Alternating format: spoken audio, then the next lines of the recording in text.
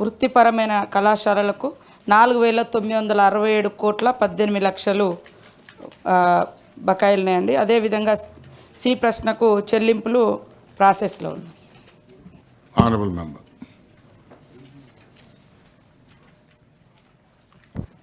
Sorry, ఇట్లాగే నేను education గురించి మాట్లాడడానికి ముఖ్య కారణం అధ్యక్ష, నేను గ్రాడ్యుయేట్ అసెంబ్లీ కాన్స్టిట్యున్సీ నుంచి వచ్చాను కనుక గత 40 సంవత్సరాలు విద్యా వ్యవస్థలో ఉన్నాను కనుక చాలామంది నా మీద ఇక్కడ నేను మాట్లాడినవన్నీ తప్పకుండా పాస్ అయిపోతాయి, తప్పకుండా వాళ్ళ కోరికలు తీరుతాయని నా దగ్గరికి రిప్రజెంట్ చేస్తారు పొద్దున్న నుంచి సాయంత్రం దాకా. లాస్ట్ టైం కూడా నేను సభలో ఈ ప్రశ్న అడిగాను. చాలా బకాయిలు ఉన్నాయి, ఎడ్యుకేషన్ ఇన్స్టిట్యూషన్స్ బాగా సఫర్ అవుతున్నాయి. ఇవన్నీ కూడాను ఎంతో ఇవి లేకుండా మనం ఊహించలేము. ఈ టెక్నికల్ ఎడ్యుకేషన్ లేకుండా ఇప్పటిదాకా మనం ఏఐ గురించి మాట్లాడుకున్నాము.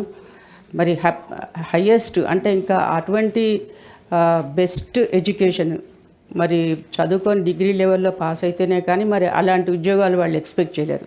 మరి అంత మంచి డిగ్రీలు తయారు చేయాలంటే, అంత మంచి ఎడ్యుకేషన్, క్వాలిటీ ఎడ్యుకేషన్ ఇవ్వాలంటే మరి చాలా ఐటీలకు ఇప్పటిదాకా మంత్రి గారు ఎన్నో ఇన్సెంటివ్స్ దీనికి ఎంఎస్ఎంఈ నుంచి దగ్గర నుంచి మొదలుపెట్టేది ఉంటే అన్ని ఇండస్ట్రీస్కి, ఐటీ పరిశ్రమ కావచ్చు, అనేక పరిశ్రమలకు ఇన్సెంటివ్స్ ఇస్తున్నారు. కానీ ఇవేవి ఆశించకుండానే మరి ప్రైవేటు విద్యా సంస్థలు కావచ్చు, అటు గవర్నమెంట్ విద్యా సంస్థలు కావచ్చు, వాళ్ళు ఉపాధ్యాయులు జీతాలకు మాత్రమే వాళ్ళు అక్కడ పనిచేస్తున్నారు. జీవితాలను మొత్తం వాళ్ళ ధార పోస్తున్నారు. ఇదంతా దేశ భవిష్యత్తు. అంటే ఇవాటి స్టూడెంట్ వాళ్ళే నిర్మాతలు కదా, రేపటి నిర్మాతలు కదా. అలాంటి పిల్లలకు మరి 2 సార్లు అదే పనిగా నేను ఇక్కడ వచ్చినప్పటి నుంచి ఎన్నోసార్లు ఇదే విషయాలు నేను రిపీటెడ్గా నేను ప్రభుత్వం దృష్టికి తీసుకొస్తున్నాను. మనం ఎడ్యుకేషన్ స్కూల్స్లో కావచ్చు, హయ్యర్ ఎడ్యుకేషన్లో కావచ్చు, లేకుంటే డిగ్రీ లెవెల్లో కావచ్చు, ఉన్న అనేక ప్రాబ్లమ్స్ మనం చెప్పుకుంటున్నాం కానీ మాట్లాడుతున్నాం కానీ దాని గురించి పరిష్కారం మాత్రం జరగడం లేదు. స్పెషల్లీ ఇన్ఫ్రాస్ట్రక్చర్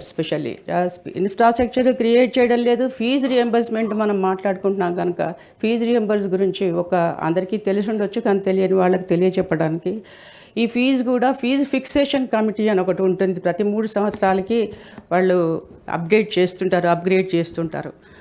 అందులో ఫర్ ఎగ్జాంపుల్ 75,000 65,000 ఫీజు ఫిక్స్ చేసింది అనుకోండి, 65,000 మాత్రమే తీసుకోవాలి.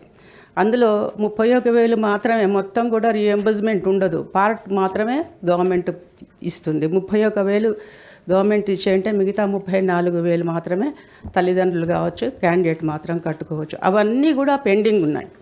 సో ఇది పెద్ద అమౌంటే. అట్లా గత ప్రభుత్వము లేకుంటే అంతకుముందు ఇవి మాట్లాడుకోవడం కన్నా, ఎందుకంటే ఫస్ట్ ప్రయారిటీ మనం ఎడ్యుకేషన్ తీసుకుందామండి. ఎందుకంటే ఇది సీజన్ అంటే జనవరి నుంచి మార్చి నుంచి ఎగ్జామ్స్ పెట్టుకోవాల్సిందే, మళ్ళీ జూన్లో మనం అడ్మిషన్స్ తీసుకోవాల్సింది. ఆగే ప్రక్రియ కాదు. కొత్త స్టూడెంట్స్ వస్తుంటారు, పాత స్టూడెంట్స్ వెళ్ళిపోతుంటారు. ఇది చాలా అత్యవసరమైన వ్యవస్థ అని నేను దృష్టికి తెస్తున్నాను. విద్య నిగూఢమగు విత్తము పూరిషాళిగిన్ అని మన పెద్దలు చెప్పినారు. విద్య ఉంటే దానికి అదొక పెద్ద టూలు, దానివల్ల ఏదన్నా సాధించవచ్చు ప్రపంచంలో. చదువంటూ ఉండి బుద్ధి ఉంటే ప్రపంచంలో ఇక్కడే కాదు ఏ దేశంలోనైనా ఏ ప్రపంచంలో ఎక్కడన్నా బతకొచ్చు అనే సంగతి మనందరికీ తెలుసు కనుక ఈ ప్రభుత్వాన్ని మరీ నేను రిక్వెస్ట్ చేస్తున్నాను. పెండింగ్ ఏమీ లేకుండా విద్యా వ్యవస్థని, విద్యా శాఖను ఫస్ట్ ప్రయారిటీ, అందులో ఉన్న ప్రాబ్లమ్స్ని ఫస్ట్ ప్రయారిటీగా తీసుకొని ఈసారైనా కనీసం అన్ని బకాయిలను క్లియర్ చేస్తారని. లాస్ట్ టైం ఏది ఉంటే కొన్ని కలెక్టరేట్ దాకా వచ్చి మళ్ళీ వాపసు కూడా పోయినాయి డబ్బులు. ఇలాంటి రోజులు కూడా మేము చూస్తున్నాము. మాకు చాలా ప్రెషర్ ఉంటుందండి. ప్రతి 4వ ఫోను యూజువల్గా మాకు విద్యా వ్యవస్థ నుంచో లేకుంటే మా ఫ్రెండ్స్ దగ్గర నుంచో ఫోన్స్ వస్తుంటాయి. ఒక దగ్గర నుంచి అంటే విడవమంటే అదేంటి కప్ప కోపము, అదేంటి పాము కోపము, తినమంటే కప్ప కోపం అన్నట్టుగా మాకు అయిపోతుంది. ఓ కాలేజీ నుంచి ఏం చేస్తారు, మా సర్టిఫికేట్స్ ఇవ్వడం లేదండి, ఫీజు కట్టమంటున్నారని. ఫీజు కట్టమంటే మరి ఫీజు లేకుంటే మరి వాళ్లకు జీతాలు ఎట్లా ఇస్తారు? స్టాఫ్కి జీతం ఇవ్వాలంటే ఈ ఫీజు నుంచే కదా వచ్చేది. మెయిన్ సోర్స్ ఆఫ్ ఇన్కమ్ ఒక కళాశాలకి ఫీజే కనుక. సో ఇవన్నీ దృష్టిలో పెట్టుకొని అది కట్టండి అని పేరెంట్స్ చెప్పేది ఉంటే కట్టడానికి వాళ్ళ దగ్గర అసలు డబ్బు లేదు. అన్నిటికన్నా ముఖ్యం పేదరికం. అట్లాగే కట్టకుండా మరి మీరు కాలేజీలు నడుపుతున్నారు కదా, మీరు ఎట్లా నడుపుతున్నారు నన్నే అడుగుతారు మేనేజ్మెంట్ వాళ్ళు. అందులో నేను చాలా ఏళ్ళు ప్రైవేట్ ఫార్మసీ కాలేజ్ అసోసియేషన్కి చైర్మన్గా కొంచెం సేవలు అందించాను.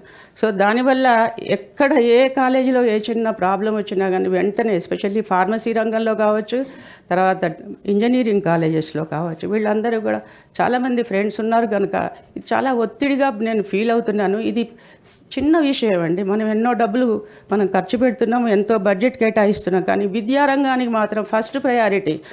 నేను చెప్పాల్సిన ఏముంది, చదువుకుంటే చాలు, ఎవరి మీద ఆధారపడకుండా బతకొచ్చు అనేది అందరికీ తెలిసిన విషయమే కనుక ఈ ప్రభుత్వం కూడా ఫస్ట్ ప్రయారిటీ తీసుకొని ఈ ప్రాబ్లం సాల్వ్ చేయాలని మీ ద్వారా ప్రభుత్వానికి తెలియజేస్తున్నాను.